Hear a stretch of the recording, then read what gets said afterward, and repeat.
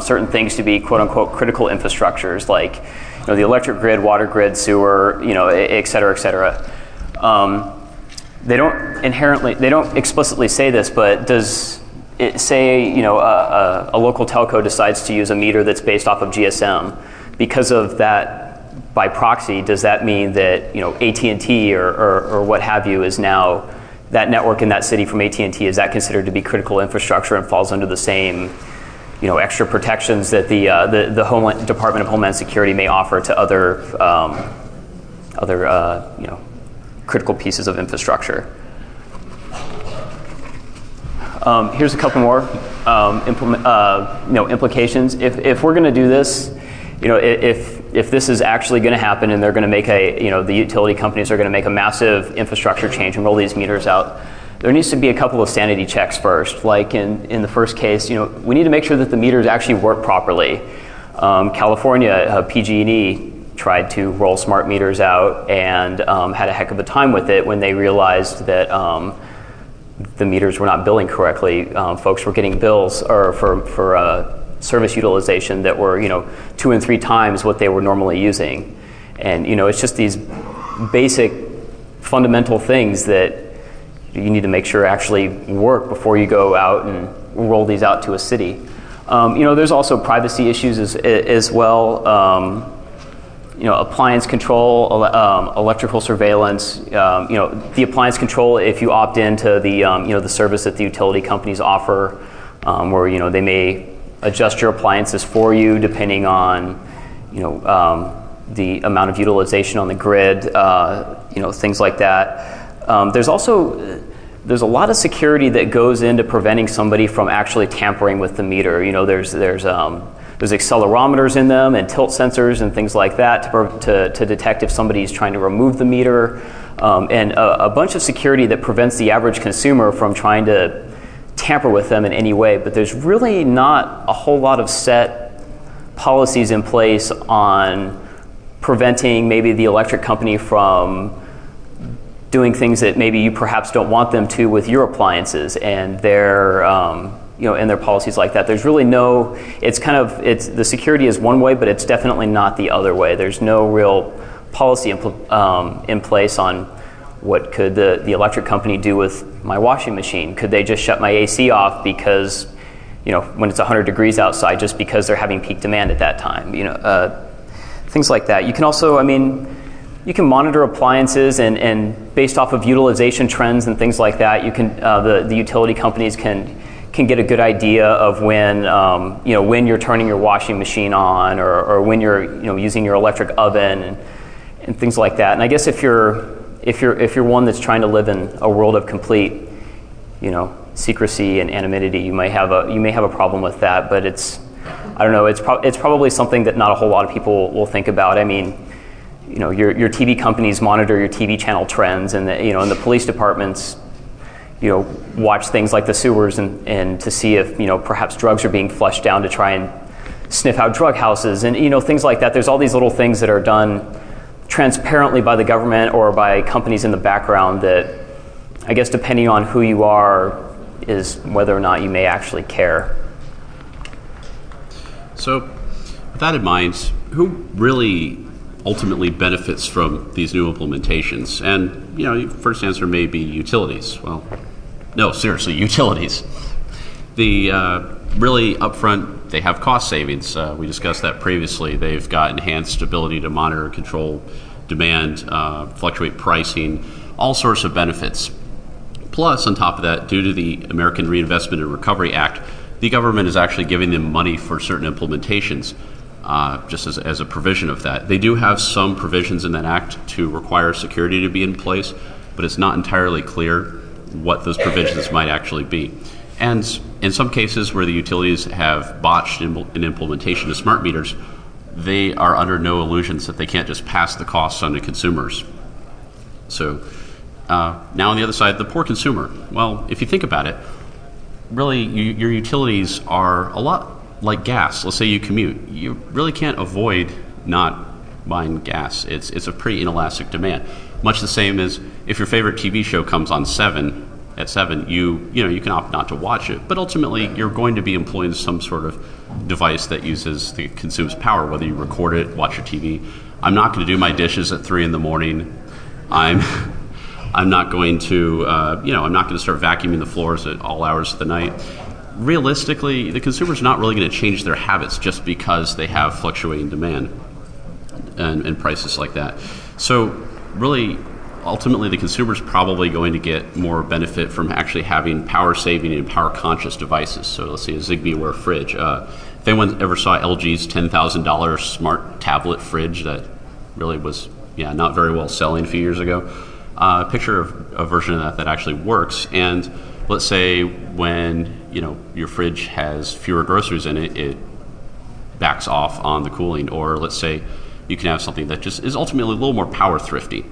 Ultimately, probably the biggest beneficiaries on the consumer side of this are going to be manufacturing. So you can actually, manufacturers, let's say I can totally schedule my shift for 2 a.m.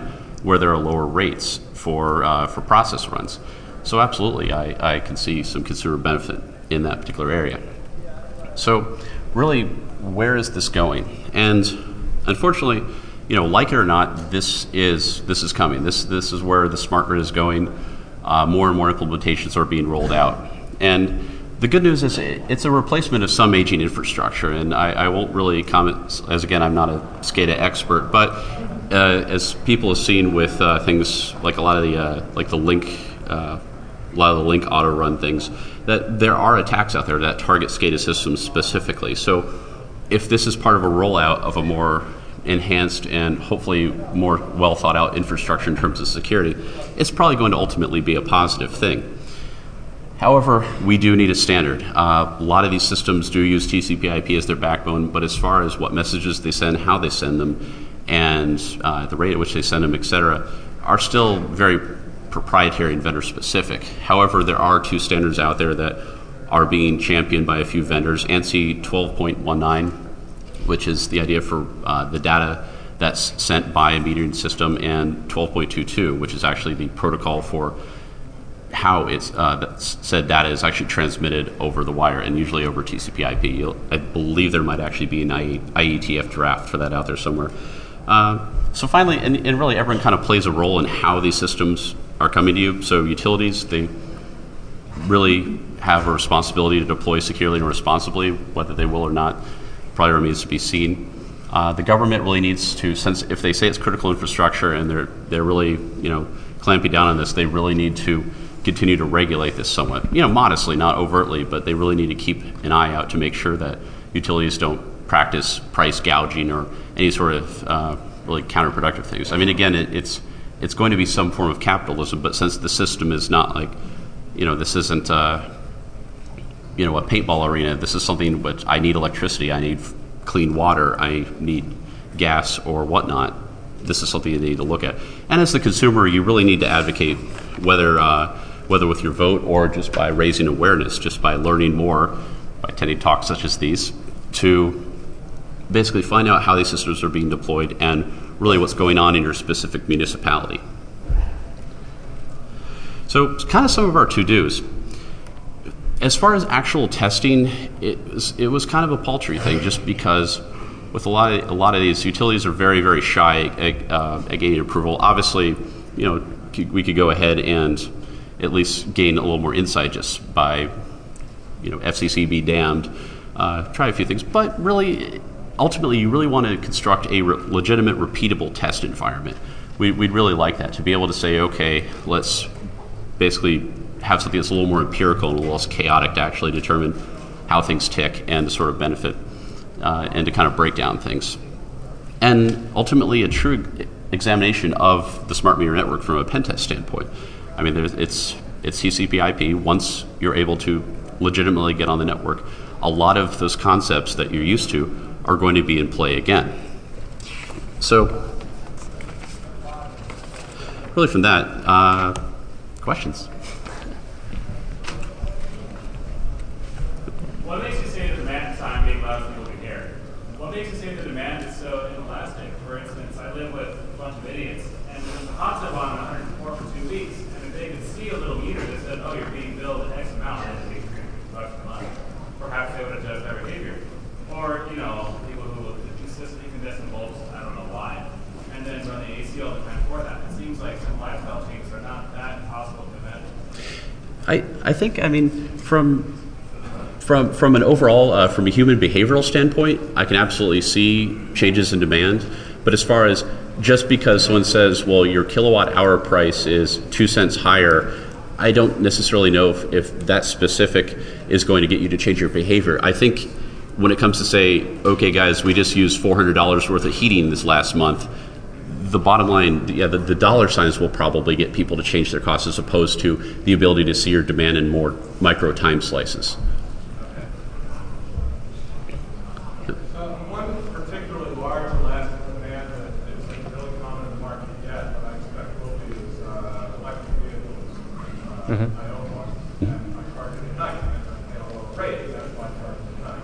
But if there are other pieces of infrastructure and that the smart grid sort of lets you reach with vehicle to grid and vehicle to house and house to grid, and large capacity electrical storage devices that fit in cars, which you can buy now, or you can fit in your house, which you can buy later, allows the consumer to have essentially complete elasticity. Yeah. I can put 50 kilowatt hours into something the size of a washing machine. I can fill that up and raise it above. And the real cost savings there is the utility has essentially 4 kinds of power. The cheapest power they make is the base load power, and they're happy to sell you that. In fact, with enough consumers, they would be happy to give that away because when they're making it, they can't keep it; they have to give it away. So there are large market opportunities in there that a smart grid kind of starts to make. I think in terms of the inelasticity in comparison to whether or not people are willing to make lifestyle changes for perhaps lower rates and things like that, I think that where you will see these lifestyle changes are with things that don't require any interaction, like charging your electric car or maybe starting the washer when you go to bed or something to that effect. But something as opposed to, I guess, vacuuming your house or doing your dishes or something to that effect. That's probably not something that you're going to be willing to do at 2 or 3 o'clock in the morning just to save a couple of pennies on a kilowatt hour. And I think that'll also be very kind of capitalistically driven, just by the idea that, like you said, auto manufacturers, if you give me a wonderful electric car, that will motivate me to change my behavior more so than the utility saying, hey, look, basically smart metering less so and products and services more so, I think. In the back.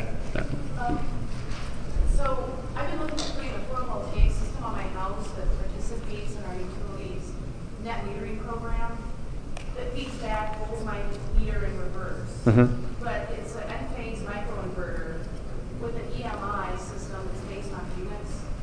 But they want to charge me $2 a month to monitor, which what I've read a little bit online, I just tap right into it via serial port and monitor the system myself. But have you guys played around with any of those photovoltaic monitoring systems you have working that are tied into the utility grid?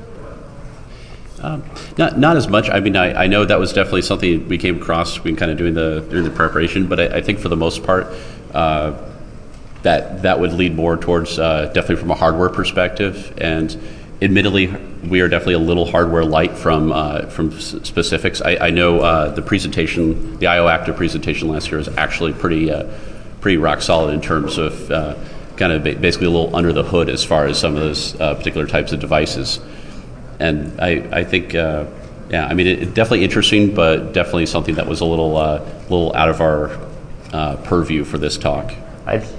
Definitely, yeah. Phase 2, we're definitely looking forward to kind of amping up a little bit. Bad pun intended. I'd be a little weary about maybe directly plugging into perhaps your meter if they're charging you for it. I know just because of existing laws and regulations and things like that, the power company or utility companies in general get really nasty if you start messing with their stuff in ways that they do not want you to. And they're never getting on my network, but I just was curious if you guys had any experience with tying those two systems together. Yeah, I mean, that actually, that would be a legitimate